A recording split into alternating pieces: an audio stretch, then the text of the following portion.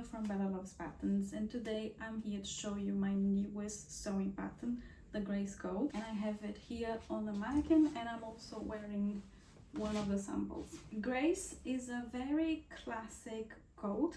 It's not oversized and it's not a slim cut, so it has more of a moderate kind of volume. It's not super long, it just finishes a bit below your knee. I am 158, so I'm closer to 160. I will put some photos or something on the side so you see more or less how it actually fits, because I don't have space to show you the full length. This is my second coat in my collection, and I wanted to include and challenge myself to draft a coat that had this kind of sleeve, because this kind of sleeve is all together with the bodice of the coat, and it has a side panel gusset. The gusset is on the side of the coat and it turns into the panel under the sleeve. Grace also has raglan shoulder pads. It has a single buttonhole and a button on the neck. You can wear it button up all the way like that, like the mannequin was, like this. Originally, the idea was that this coat would only have one buttonhole, because I was also inspired by a Max Mara coat it's not fully a Max Mara coat, but it has some features that I like from the Max Mara coat. One of them, because they have the icon and they have a few others. It's not the icon. The icon has this kind of sleeve, but also I think the Cielo has also this kind of sleeve.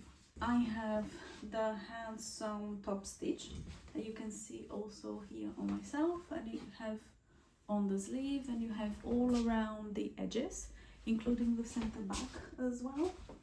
And there is a belt. You can wear this coat loose like this, and you can wear it with a belt. When wearing the belt, I realize sometimes you don't want the belt to be hanging. I mean, you don't want the coat all the time to be closed. So the one feature I got from the Max Mara coats were this belt hanger that you have on the inside of the lining, because essentially every Max Mara coat doesn't have a belt loop. And I have worked for Max Mara before, did fittings for them, and they never have a belt loop, and it was something that the customers always wanted to have after they purchase, or either they came back later or they did while they were buying the coat and would come back later to collect, which is to make a belt loop on the, not a belt loop, a chain stitch belt loop. It's not made of fabric. This, when you're not wearing, and if the thread matches the color of the coat, you basically don't notice. It's even here, you can see. I wanted to have this chain stitch loop because sometimes you don't want to wear it, but you don't want to have a fabric stitch, a fabric loop here, because when you have the fabric loop and you don't have the belt on, it looks like you have lost the belt. My idea was to keep the chain stitch loop because it's more discreet on the side. When I'm not wearing the belt, to have the belt hanging on the inside of the coat. Obviously, you can also wear with the belt and have it hanging on the chain stitch loops. So let me just show you what the chain stitch loops look like. I have also on the brown sample. So let me just show you how it looks belted. The one thing I noticed when I only had one buttonhole was that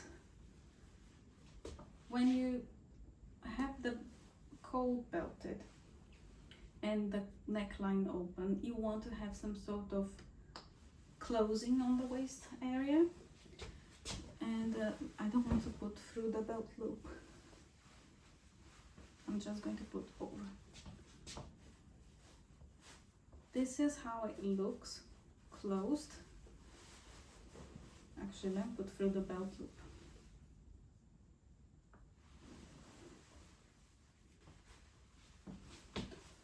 Okay, so here how it looks belted.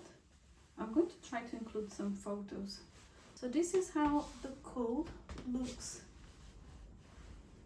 with the belt on. Obviously I can't see myself. This is how it would look, and this kind of neckline is very good for when it's really windy, because you have the whole upper half of your body here completely covered, and is actually quite nice and warm.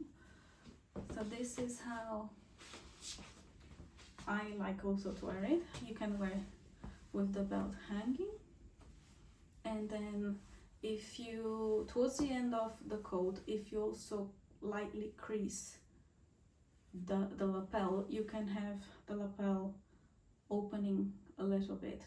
I wouldn't crease all the way up here, because the way that the coat was designed, the collar is to wear it like this, so I wouldn't crease it as well to have it open like that, but I would definitely crease a little bit of the lapel here so we can have it open.